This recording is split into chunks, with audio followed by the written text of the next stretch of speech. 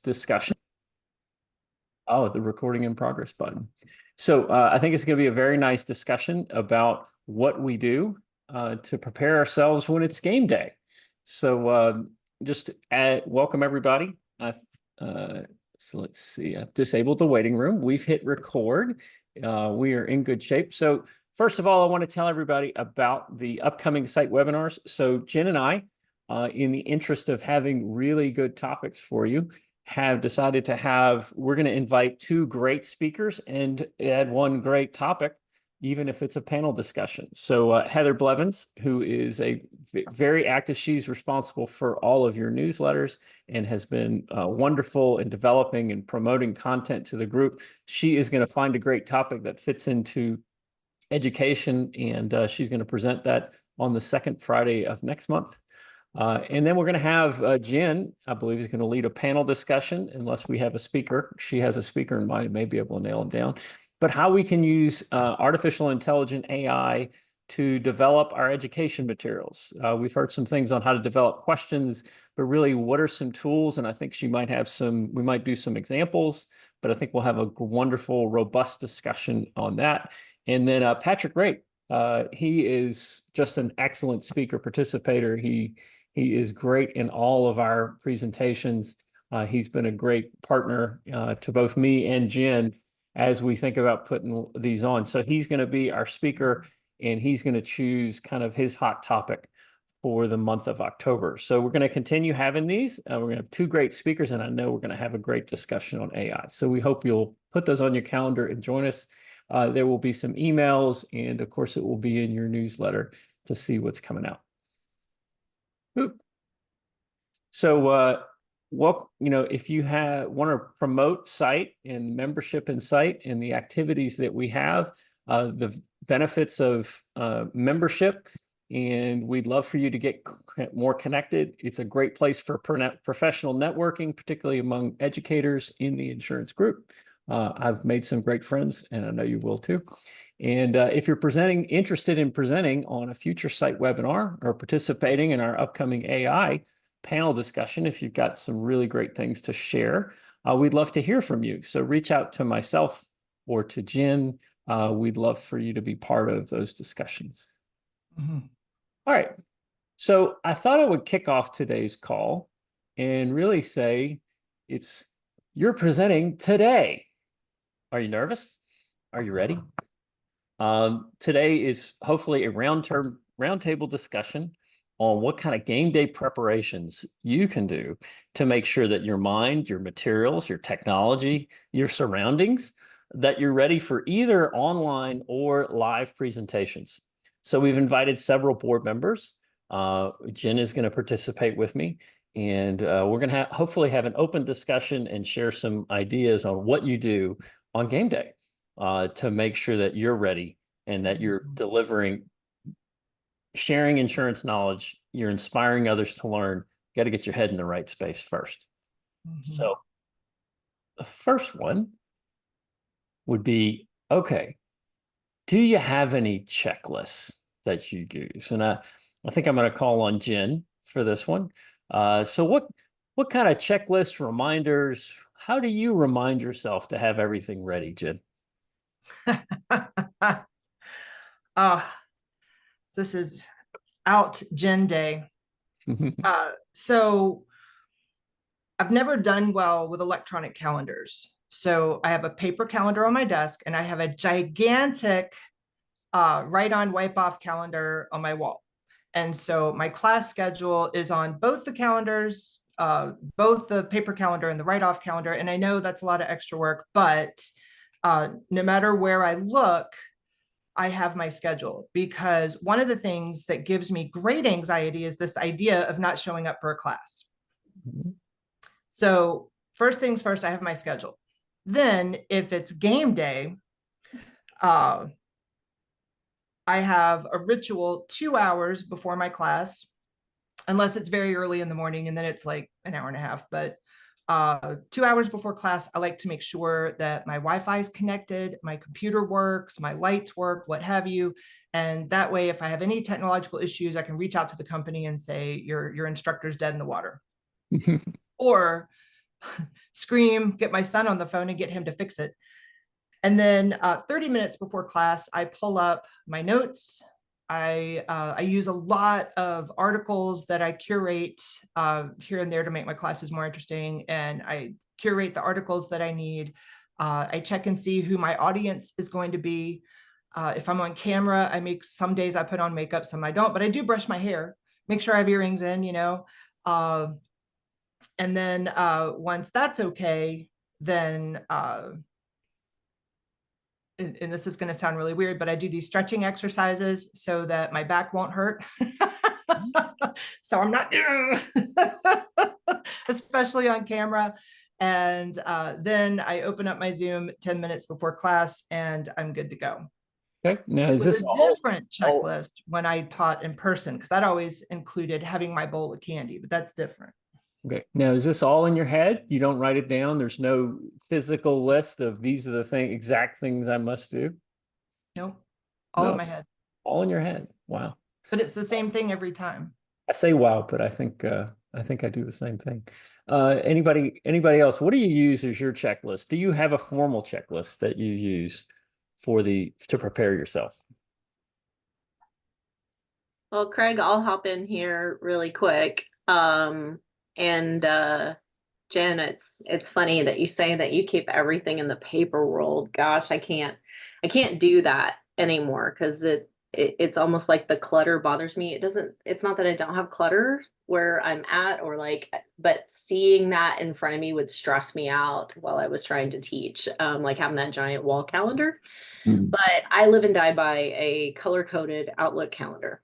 And that is literally, and I literally pile absolutely everything that is supposed to happen for me personally inside of that calendar with a list, including like, here's what you're going to do here. Here's what you're going to do here. Here's like a checklist of things that I know that I need to go through and look into as I'm prepping for it. And those are just like reminders for me. And I actually set like reminders for myself that pop up within my Outlook calendar that tell me the things that I need to do.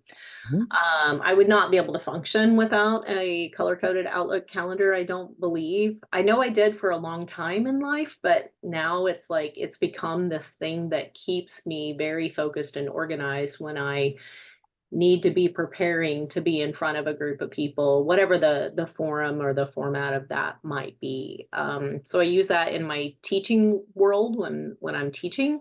I also use that in my day-to-day job because my day-to-day job today is not in a teaching role. So that's the way I keep myself organized. I also put links to things that I need to be referencing or bringing up within that Outlook calendar. So it's just all in one place.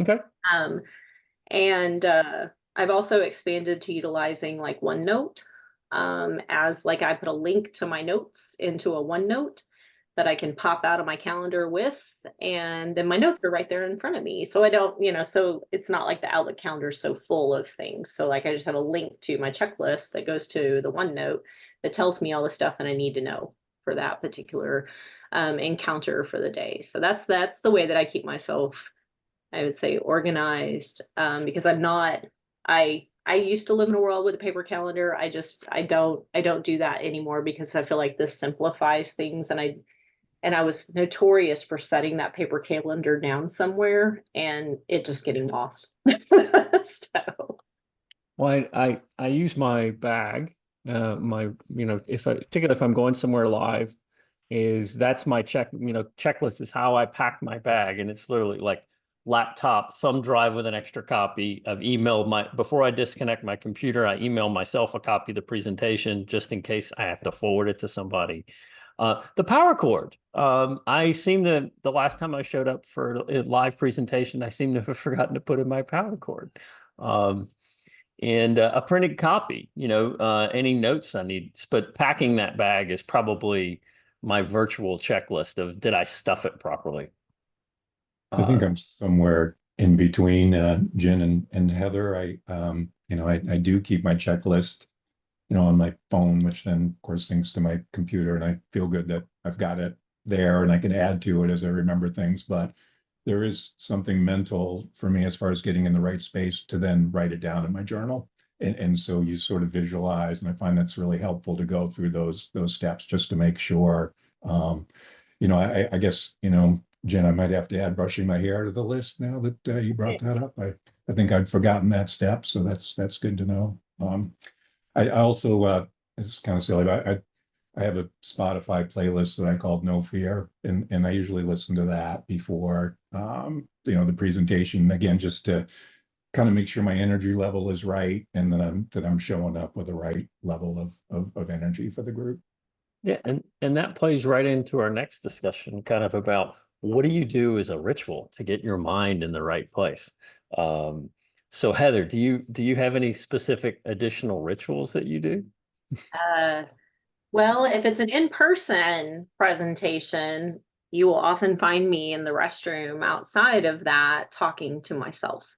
And giving myself a little self pep talk. And sometimes I even incorporate that into the presentation and, as kind of a lighthearted icebreaker with the group of like, did you all hear me cheerleading myself in the bathroom stall of yes, Heather, you can do this and no fear and you've got this and you know this and just that's positive self-talk is always really good. In the virtual world, it's very different. I would say you feel almost as if you're just on at the moment. Like I wouldn't say there is as much ritual prep that I would do, but I know that it is like, it's all about technology for me. Like, have I tested all the technologies that I'm going to need to use in this environment? Because invariably one of them will fail.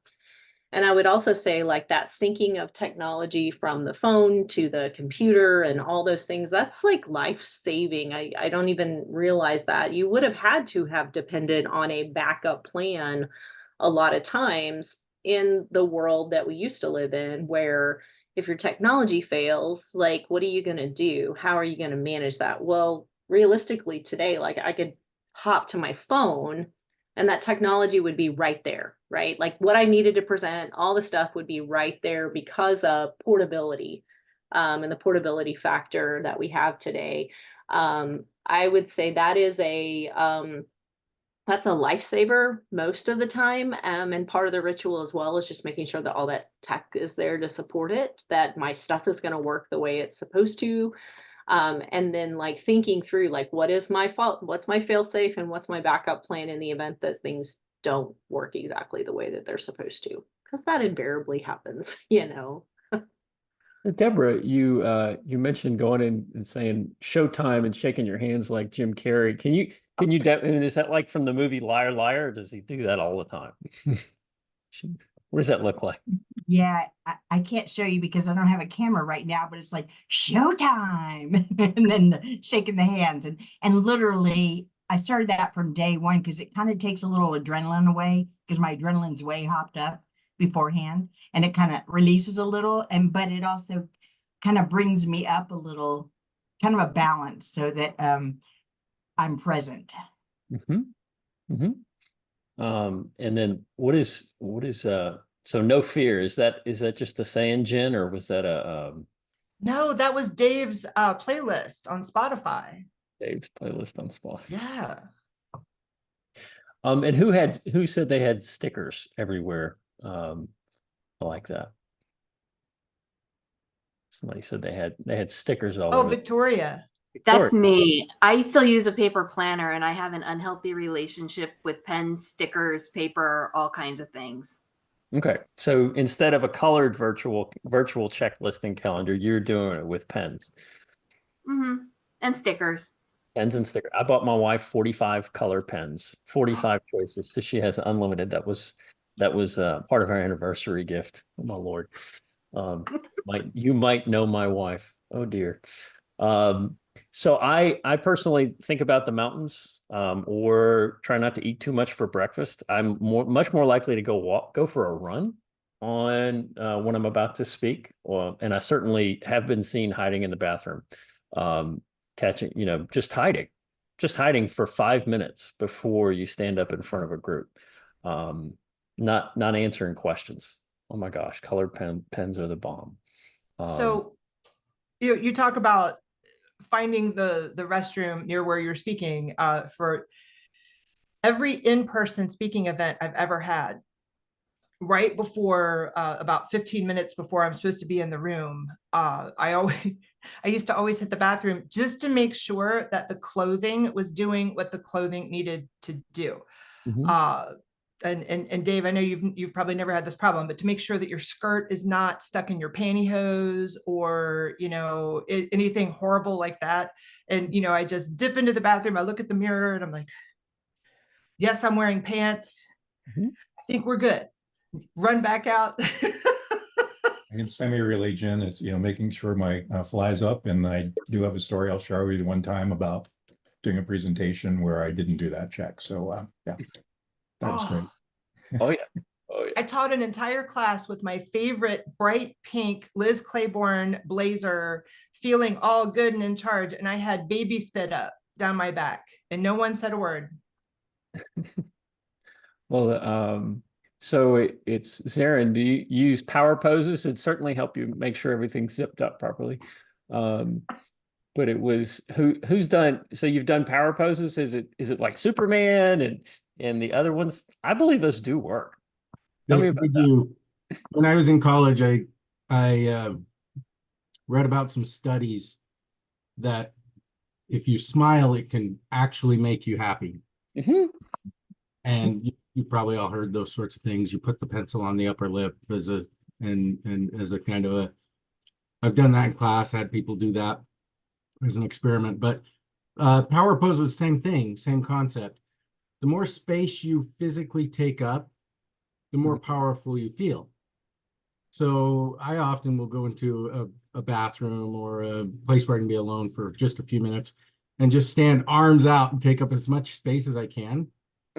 And try to just get my mindset, not because it's a power game, but because it's a confidence thing. Yeah.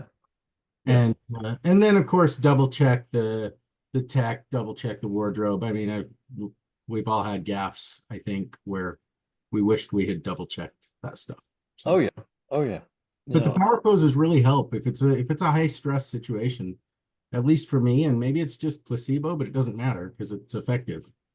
Well, one time before I made a presentation to a board of my employer, and I was the substitute, and I was presenting to all these executives who were at least 10 years older than me. I literally went into the bathroom and sweat and stayed slumped over the over the bathroom sink and just horribly nervous. Let's just say that didn't help me in any way. I probably should have done a power pose or two instead of hunkering down and hiding, nervously sweating. I don't recommend that.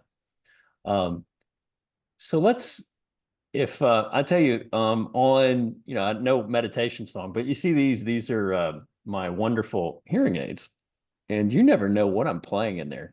You never know if I have a walk-up meditation song going or something else. So I might play 100 Years to Live or an Eagles song or is there any particular song somebody might use or something they tell themselves to get your mind in the right place? What's your favorite song that you use?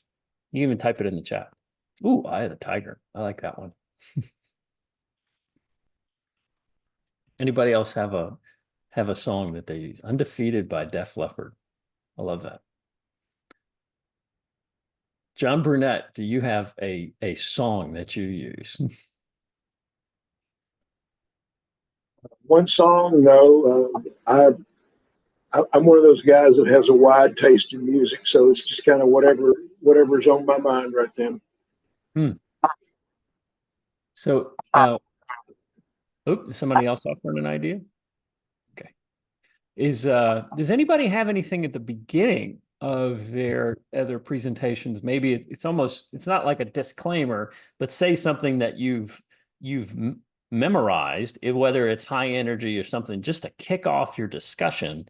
Say the first 3 sentences you say to the audience that you've memorized. It gets you speaking, it gets you looking at them. It is something that is built into your brain before you hit your discussion topics. Anybody use that?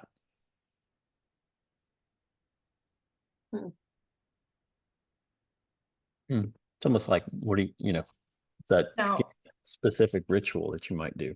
it depends on whether it's a vocal exercise or whether you're getting kind of kicked off for what you're doing, because back in December, I flew to Utah and filmed 92 separate 7 to 8 minute videos helping people study for their Series 7.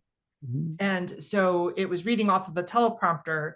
And every time I would start to get tongue tied, or just I would break into supercalifragilisticexpialidocious, even though the sound of it is something quite atrocious. Blah, blah, blah, blah.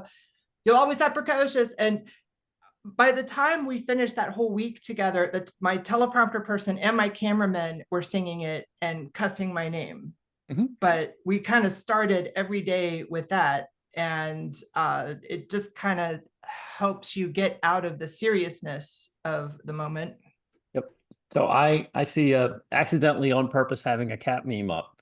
That is pretty cool.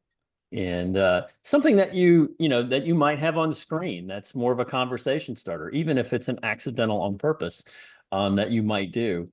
And it's kind of like breaking the fourth wall. That's what do you do that kind of breaks everybody's attention, gets rid of that stony look that they have, or just gets their eyeballs up, and gets your brain just unclicked on something, that kind of ritual, that cat meme. That's the kind of thing I was talking about. One thing I had a team member when I did a presentation in Dallas earlier this year, and if you watch me, I've had Achilles surgery more than once in the past 14 months. And one of these presentations, I was very upset about. It was supposed to be off of the scooter before I was supposed to lead a group with about 100 people. Oh, I love that cat meme. That's pretty cool looking. If you look in the chat, that is funny. And so the lady who was helping me put it on, and she was responsible for a lot of the tech, knew I was kind of upset about it. And it's very hard to, I'm supposed to MC, I'm supposed to do the introductory, I'm introducing all the speakers. So we went off for a second. I said, can you make this as ridiculous as possible? And she decorated all with flames. So she put flames all over the scooter. She played a theme song literally over the loudspeaker that I'm on Fire, I think was the name of it, and turned it up full blast. We had about 100 and something people in the room. And I rode in on a flaming scooter and rode around the room and got to the front. And I had forgotten that I was aggravated. And it helped break my attention as much as it did. I certainly got eyeballs up, but she really helped me because of getting past the idea that I was upset about my appearance. So yeah, AI generator is the training, kick off the training that was from Lydia. That's a good place to find that. Mhm. So let's go on to checking the tech. Who has done something to Mary? I think you might do a very good job of kind of checking the tech of your microphone, your slideshow, your clicker. What do you do to, that you run through and make sure is working the way it should? Yeah, I mean, it's actually interesting we're talking about this because we did so much via Zoom for a while. And yesterday we did strategic mediation for the first time in our brand new learning center in the Great American Tower in downtown Cincinnati. So the tech check that I'm so used to in Zoom yesterday, we kind of had to flip it and do it with new technology in a new space, up front. And so when it's Zoom, I'm so used to it. I jump in. I'll have one person, if I have a co-presenter or just grab someone from the class, jump in 15 minutes ahead of time to make sure everything works. But I use it so often, I don't really panic about it much anymore. If there's audio in the slide deck, I'll flip to that slide and make sure that that can be heard. And then other than that, I'm usually in pretty good shape. When we do it in person with the new technology yesterday, I made sure I had an IT professional on hand. And then we did checks of the front and the back of the room. You have to bring a loaner laptop now to those rooms. So we checked to make sure that worked. But usually if it's online, it's visual and audio. And if it's in person, we make sure everything's up and running in the room. Yeah, I think that's the most challenging. I know exactly where my screens are. I know what screen I'm sharing. I can test the platform before I walk out. I'm not walking in after another speaker. Yeah, I know what my microphone is when I'm at my house, but man, it is a wild card going anywhere else, particularly a hotel. I mean, or so it's how often do you how early does anybody show up to make and find the tech person? Actually, minute Craig, they you let make a me good in. point with how early someone shows up, because I did find that when Zoom and Teams and everything was new, your attendees would log in 15 and 20 minutes ahead of time. And now for a 1 o'clock course, they're logging in at 1 o'clock or 12:59. And then when they go back and forth between Teams and Zoom, their audio gets messed up. Or when they go from home to the office, it gets messed up. And so we're almost building in that 5 minutes at the start of class and in their announcement saying, if you want to check this ahead of time, let us know. We're happy to jump into the call. But that's our bigger challenge, isn't our tech. My tech's fine. Like my tech's fine. It's my attendees' tech that's causing all the issues in today's learning world. Yeah, and that extra person to, because you can't, if particularly if you started speaking or you're even doing some initial slides for a couple minutes to give people a chance to log on, like the 2 slides we have at the beginning, you're not missing any of the discussion if you miss those, but it's to give people that 1, 2, 3, 4 minutes to actually log on and make sure their tech's working, but to have a person who's doing that. And then hold on, we had 30 minutes. And then Lydia, you said it of having all the presentation tools, particularly whether it's online or otherwise, if you're going to do a live demonstration, is to have everything open and flip through it and make sure it's all there. And certainly don't count on the Wi-Fi at the hotel. When you're trying to say, hey, we're going to go to a live presentation, let me open this program and click it for the first time and see if all the pages come up. So cool. Oh, I'm getting iDay together for Central Florida CPCU Society. Well, I'm one of the people, but I'm getting all the speakers and whatnot. And I have the potential to get Ryan Mandel from Mitchell International, and it makes my little nerdy collision girl heart just go pitter pat, but he can do live virtual. So I was like, okay, great. So I was talking to his assistant and I was like, well, let me go check out the site. So I went to the site and I've got all these questions, right? Do you have a video switcher? I need to get a picture of your equipment and the outputs and inputs and make sure I've got all the cables when I get here and blah, blah, blah. And do you have integrated Zoom? The lady's eyes got this big. And she said, well, I don't know what any of those things are. I said, but your website says that you do corporate events. She goes, oh, well, absolutely. But we're just more concerned with being a venue and not about being all technological. And I said, well, what's your Wi-Fi speed? And she said, speed? You're down and you're up. Speed. She goes, well, I'll have to get that to you. And she sent me an email yesterday with a very nonsensical answer, which didn't help. So sometimes your challenge is not just your own ritual and your own tech. Sometimes your challenge is your venue, because there were dinosaurs looking in the window during that conversation. One I did last week, I said, do you have a clicker? And they said, oh, maybe. And they went off and found one. And I just wanted to know if they had one. After they get my presentation come up, they says, oh, we couldn't figure out how to get any of the screens to work last month. And I was like, oh, okay. I'm glad I showed up a little early. Or even the position of your laptop. Sometimes there's a place to put it if you're trying to use notes or run a slideshow, or sometimes it's sitting on the floor, literally. Okay, I'm not going to be able to see any of that. What am I going to do? And that extra few minutes certainly helps adjust. And that plays into checking the environment. Does anybody show up early and listen to the prior speaker? Or just watch what's going on in the room? Greg, I would hop in here and say it's really today, and Jen, you kind of brought this to light with your example. We're living in this world where there's almost an expectation at times that you have a hybrid option for presentations and events that you might be doing, right? Or usually that's like that can become almost a standard thing. Like, is there a virtual option for me to be able to attend this thing or this, this presentation or this discussion or this learning event?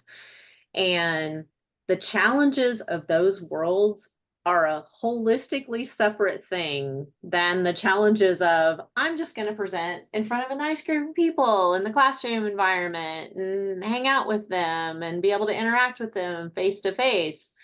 Or I'm going to present in this virtual world and I'm going to be on and keeping everybody engaged and looking into my camera and doing all the things. When you have those venues where you're just like, I'm so struggling with, like, does the camera point in the right direction at the right time for this person? If this person is a mover, is the camera going to follow the person that's talking right now? Does the audio work the way that it's supposed to? And it's almost like, I think that the struggle is like, you can make it really, really great for either one or the other. And that's what I've seen. Sometimes even when you have those in-person or hybrid style events, like the people in the virtual environment are having a blast because somebody's like engaging with them and talking to them in the content. And then the people in the room are kind of like, but, or it's the opposite. Everybody in the room thinks it's fantastic. Everybody in the virtual environment is like, I can't hear them. What's going on? What am I supposed to do next? And that is, I taught my very first semester, or actually, no, this was my second semester that I taught in the university world in a hybrid format. And it was the most challenging thing that I ever did in my entire life. And I thought, oh, I know how to do this stuff. I can do this. This is no big deal. The challenge of trying to keep those students engaged in the virtual environment was massive because I was talking to a classroom in the classroom, right? I had a classroom of students that did come to the class. And then I had students who made the decision, I need to take this class virtually, but they made me teach it both ways. And I was it was the same time. And so it was really a struggle. And I learned a lot about like trying to figure out how do you virtually engage people while you're still teaching in front of a live audience as well. I can't say I ever mastered anything. I did learn that games and doing stuff that keeps people engaged in a virtual environment, even when they're in the physical environment, is helpful because then everybody's engaging together in that game environment. But it was a struggle. It was a challenge. And that I think is the biggest issue with checking the environment. And yeah, technology equity is a big issue when you talk about that too, as well, Lydia, because the people that are in that virtual environment are often limited by the fact that they don't have that direct interaction as well. So yeah, it is hard. But checking the environment's a big deal. Making sure that all your sound and everything's working wherever you are and testing that out many times is super important. And I think that's one of the biggest things that I learned about trying to make sure that you balance the environment. Yeah. Ruth, I like what you had to say of checking the room and actually walking all the way up to the podium, even if you're not going to be up there, walk all the way up and look out at the crowd and see what it looks like and make sure you don't trip. Yeah, my heels got caught on the steps one time because, I had cute little girly heels on and it was one of those little graded steps and I face planted, which was incredibly embarrassing. But I got up to the speaker. I'm like, okay, well, the worst thing that has happened. So let's just keep on going. No, I love that. I love that. Now, from standing at the front or even doing that test or being in the room, do you see how far people are sitting away from the stage and whether or not they're doing other things? Yeah, and then you can also I'm a sit in the front row kind of girl, mainly because I don't want to wear my glasses in public. But you can see the room and you can kind of see especially like your suggestion, if you came to the session prior, you can kind of get the feel of where you need to be looking at your audience, right? And where people don't sit and just it just makes you feel more comfortable for when you start speaking. Yep. I don't know. It's like practicing, but not practicing. Like I get up there and I'm like, oh, hi, thank you for my Miss America award. I'm really, just to get all the nerves out before you have to do your thing. Yeah, and sometimes you find out if people are going to get up and walk around or walk out or walk in. Mm-hmm. They did it to the prior speaker, they're probably going to do it to you. You were going to say something? Go ahead. Yeah, that's Go ahead, Ruth. I left a class once and the speaker called me out. He's like, "Am I boring you?" And I'm like, "I'm in the wrong class. I'm sorry. This is really way above my knowledge level. I don't know what you're talking about." And he's like, "Oh, I'm sorry." So I guess he won't ever do that again. I use that as a joke. So I showed up early, and the president of this chapter tells me, he says, "Okay, I've got a really tight schedule today. I'm going to leave at 40 minutes. Please don't take it personally. Somebody else is going to help with Q&A or closing remarks." And I said, I was waiting for him to stand up and leave, because as soon as he did, I just stopped and said, "What did I do? What did I say?" and then I said I knew he was leaving. But just knowing that people are going to get up and move around and think about that, and it doesn't surprise you when it happens. Mary, did you have something? I saw you went off. The only thing I was going to say was in relation to the note that I think Lydia put, it's scrolling through in the chat, was we're in the process of moving floors in our building and I'm getting rid of most paper. But the one thing that I will not get rid of is I've had them for a long time, just little table tents that say reserved. They have the Claims College logo on them and they say reserved. And I even used it yesterday because we don't have our dividing wall in our big learning center yet. And so it was set up for a much larger group than I knew I had. So I just went through and put reserved signs on all the tables I didn't want anybody sitting in. These signs are old. I've had them for a long time. They look very nice, but they're just white table tents with the Claims College logo, says reserved. They don't need to know who it's reserved for, but I'll do it. Even sometimes I'll do it in the back row of an in-person classroom, especially to Heather's point, if it's going to be virtual. Or hybrid, I want as many people to the front as possible. If I have more people in the room than I expected, I'll move my reserve signs. But the one thing that I never I'll use it at PLRB. I'll throw some reserve signs on those back tables at PLRB when I'm presenting because I want people up by me. Yep. So if I only take one thing to a training, it's my laptop. But my second thing going to be those reserve signs when I don't know what my room's going to look like. It is Mary, can I? Yeah, go ahead, Lydia. So I have a story about this. So one of the very first company-wide trainings we did, we had multiple sessions, and one of them we had for one of our smaller offices, but the only room available was this cafeteria space where we had an accordion wall, and the room was still way larger than we needed it. And they collapsed a few tables, but then they had these cafe-sized tables along the wall. And I said, I think we need to, stack the chairs or put those away. And the response that I got was, "Wow, common sense, Lydia. Surely they will know not that they're not supposed to sit at those." Or there was a banquette of tables along the other side. And I'm like, they're going to sit at those. I know they're going to sit at those. These are underwriters. They don't like making eye contact. So they're not going to sit in front of me. And so we had multiple sessions that day. The very first session, everybody that walked in the room, where did they go? Like they went exactly to that space. And I looked at my co-presenter, my co-facilitator, and I'm like, oh, they know, huh? Like surely they know. So for the afternoon session, we corrected that. And then no one has ever challenged me on my reserved table tents ever since then. I get to do what I want. So that was my contribution. That's awesome. I was going to say, I don't like speaking if you get up front, and we've all done it, and the first 5 rows are completely empty and everybody is in the back. It's like church. You feel like you're the minister and no one's in the front row in some churches.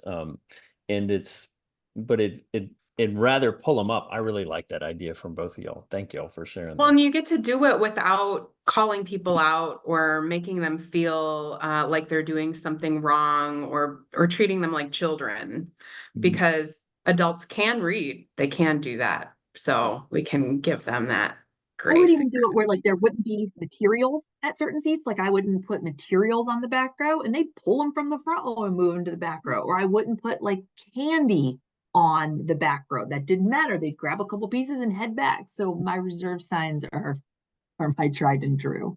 I love My it. training lab had office chairs in the back row, and if I knew my class was smaller, I would wheel them into the other room. So there were workstations, but there were no chairs. I'm like, oh, wonder what happened to the chairs. I don't know. That's so strange. That is so cool. So the last thing we're going to talk about today is, what do you avoid? What are the things you try not to do? And certainly eating anything green just before you get on up in front of people is a great idea. So I have certainly stopped eating all green things. Anything spinach or leafy is not going to be part of anything I nibble on. What are some other things you try to avoid just before you talk? Mary's caffeine. I have to have caffeine.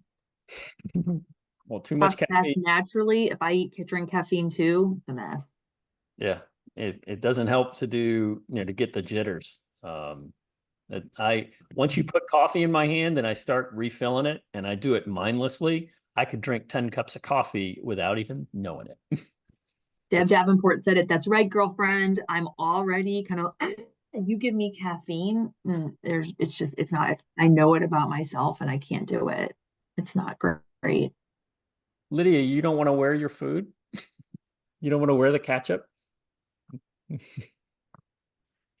I don't drink or eat I got anything the red dairy. sweater, so we can just go like that. It'll be fine. Brilliant. Love it. Sometimes I end up wearing the coffee, so that's another reason to avoid it for sure. Is there any, as far as other types of distractions or conversations, what do you do to keep things out of your head, not just off of your clothes or out of your teeth? Is there anything that you try to avoid? Well, I don't eat or drink anything dairy based because it affects the quality of my voice. Okay. That's true. Absolutely. Anything else? I like to close down any non-essential communication for the moment. Like there's too much static, there's too much noise. Everything is always urgent if you ask the person that sent it. And if I can't think about it or do something about it actionably, I'd just rather not see it until I can actually process it. Because then it's pulling me out of what I have to teach. Mm-hmm. Mm-hmm. I avoid anything that's high stakes or high emotion. Mm. I mean, I can answer an email and simple stuff, but if it's going to take any heavy investment, it gets put off till after the presentation. Yep. There's certainly some phone calls I will not answer within an hour of speaking. Not only because it's going to take my time, but it will certainly, some people are just going to push my buttons for sure. Mary, I saw you put the thing of, if I put a pen in my hand or something in my hand, not only am I going to fidget with it like this, I'm going to tap it, I'm going to play with it. If there's a button, I'm going to hit it. And it will annoy everybody else except me. It's making me feel better, but it doesn't help anything. Anybody else? I have to turn my phone over, especially if I'm teaching virtually. Mm-hmm. If it lights up, even if I don't turn my head. Oh, bye, Mary. Hi, Mary. So good to see you. So one thing I've started going with this, and I have a smart watch, but the watch I'm using, and it's trying to use something that's non-digital as to keep my time. And even when I look at time, I'll even do it overtly. So I'm not slyly trying to look at it, because if I open anything that's touched to a device, I will get distracted immediately. Mm-hmm. Notice that pop up. So I'm trying to go no snacking. That's a great idea, Lydia. I think I've also learned that I don't present with bracelets or necklaces on, because I'm a hand mover.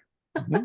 And I'm going to slam my hands down on something and and then get my hands caught up in a necklace and other things. And so, if I'm presenting at conferences and everything, I even take my lanyard off, because I'm going to get caught up in it at some point and look really embarrassed and silly in front of people. Gonna hit the mic. You'll hit the mic too. Yeah, because I'll hit the mic with it. Mm-hmm. So I try to avoid, I might wear jewelry in, beforehand, but then I take it off and I definitely have it out of the way just because I really try very hard to not have that be a distraction to other folks because I know it's definitely a distraction to me, or I'll fidget with it, like here's my bracelet and I'm gonna like fidget with that on my wrist. I'm So. learning to take everything out of my pockets. Nothing in my Oh yeah. at Yeah. all. It can't be anything. There are no keys. There are no things. There are no pens. There's nothing to reach in my pockets and touch at all. And certainly eating. Who mentioned that? Yeah. Lydia. Of you, it's really annoying when your speaker's eating. So I wouldn't do that one, especially if it's crunchy. You're wearing a mic. Listen to somebody crunch on a mic. Or people who play with their mic. I was an Allstate agent for years, and we would have meetings every other year in Las Vegas, and they would have Dean Winter come and talk to us, mayhem. And I don't know if he was on something or if he's just a hyper individual, but he kept doing all this and he would do boom, boom, boom, and he kept hitting the mic. And I'm like, you're a professional. Stop doing that. Oh, I just wanted to march down to the stage and rip off his microphone and just. Yeah, it's probably because he's used to like a boom mic following him if he gets recorded in that manner and That makes people are sense. not adjusted to that environment. But yeah, I mean, I've even like I will say another thing that I do, especially if I'm presenting in those live environments and you have a lav mic, is I always carry something that I can clip that lav mic back into inside of my clothes because sometimes, and I always make sure I'm wearing something where it can clip back inside of things.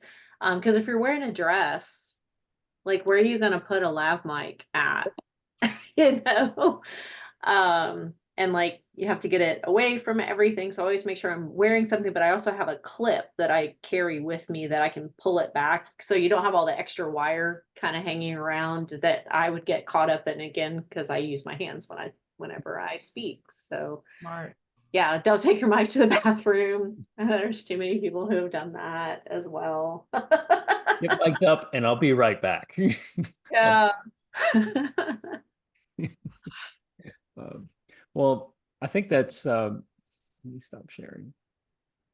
So thank you all for joining us today and for today's conversation. So of just bringing some great ideas and sharing. This is the kind of stuff that really helps people present and think about, what am I going to do? What do I need to do? What can I do to make my presentations better? So thank y'all for joining today. Of course, we'll tape this for others who haven't been able to join. And remember, we'll have second Friday of the next 3 months. We'll have another speaker for you. So thank you for joining us and have a great Friday. Bye-bye. All right, thanks, Jen. Thanks, everybody. Thank you, Heather. Talk Thanks to you for being here, later. guys. Thanks.